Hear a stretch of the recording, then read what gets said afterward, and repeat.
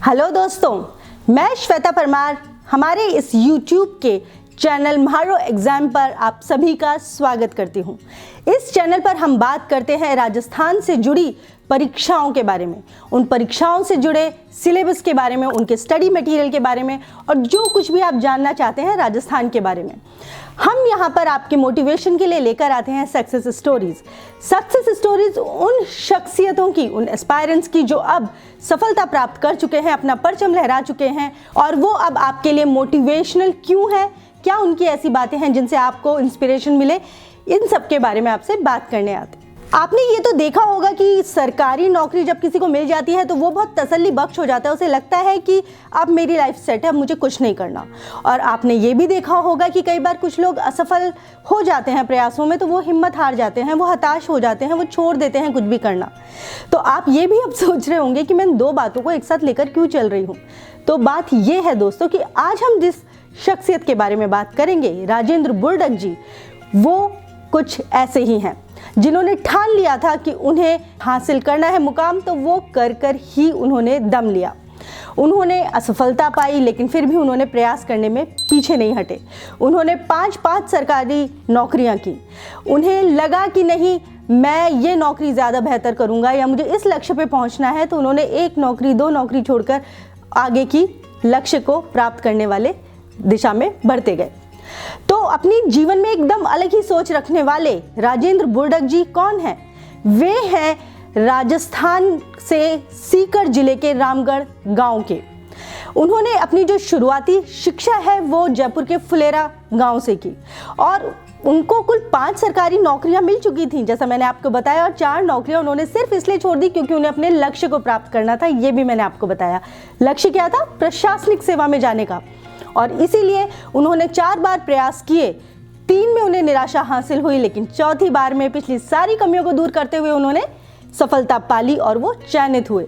वो डीएसपी बन चुके हैं और अपने पद पर कार्यरत हैं आगे देश की सेवा करने के लिए।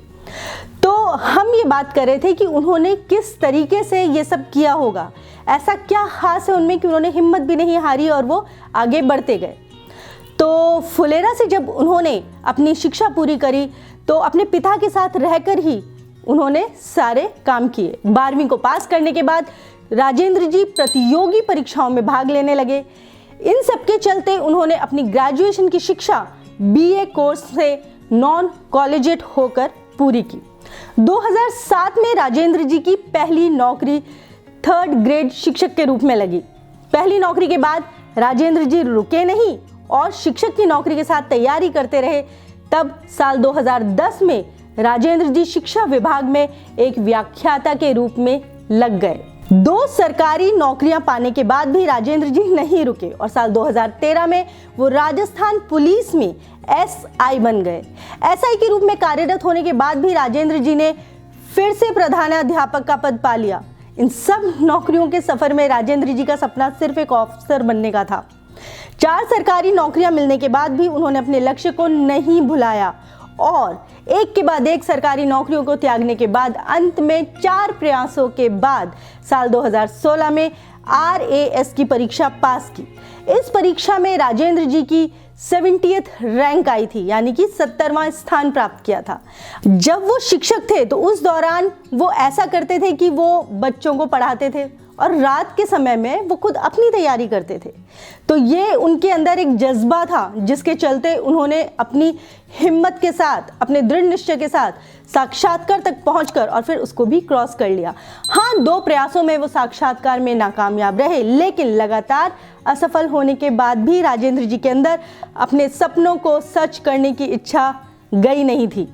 उन्होंने उसे जागृत रखी, जागे रहे और रुके नहीं और आगे बढ़ते हुए अंत में 4थे प्रयास में राजेंद्र जी का RAS बनने का सपना पूरा हुआ और उनके पूरे परिवार में खुशी का माहौल आ गया।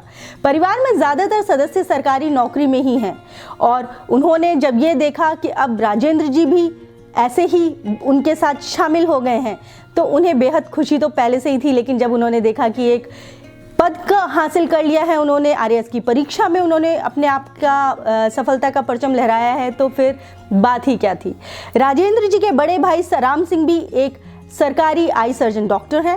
राजेंद्र बोर्डक जी का साल 2010 में विमला देवी जी के साथ विवाह हुआ और वे एक गृहिणी हैं। अपनी इस पूरी सफलता के बारे में बात करते हुए राजेंद्र जी बताते हैं कि यदि व्यक्ति शुरुआत से अपने लक्ष्य को ही बनाकर चले तो उसे पाने के लिए वो प्रयत्नरत रहता है और एक दिन उसे सफलता ज़रूर हासिल होती है।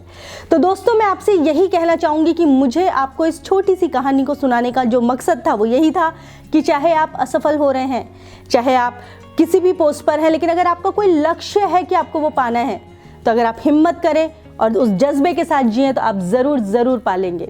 तो चलती हूँ, मैं मिलूंगी मैं फिर आपसे यही म्हारो एग्जाम के यूट्यूब चैनल पर। तब तक आप अपनी तैयारी जारी रखिए और नोटिफिकेशंस आपको मिलते रहेंगे, आप अपडेटेड रहेंगे, क्योंकि आपने बेल आइकन प्रेस कर दिया होगा, सब्सक्राइब भी कर लिया होगा। नहीं किया है तो प्लीज़ कर लीजिए। अपना ख्याल रखिए। नमस्ते।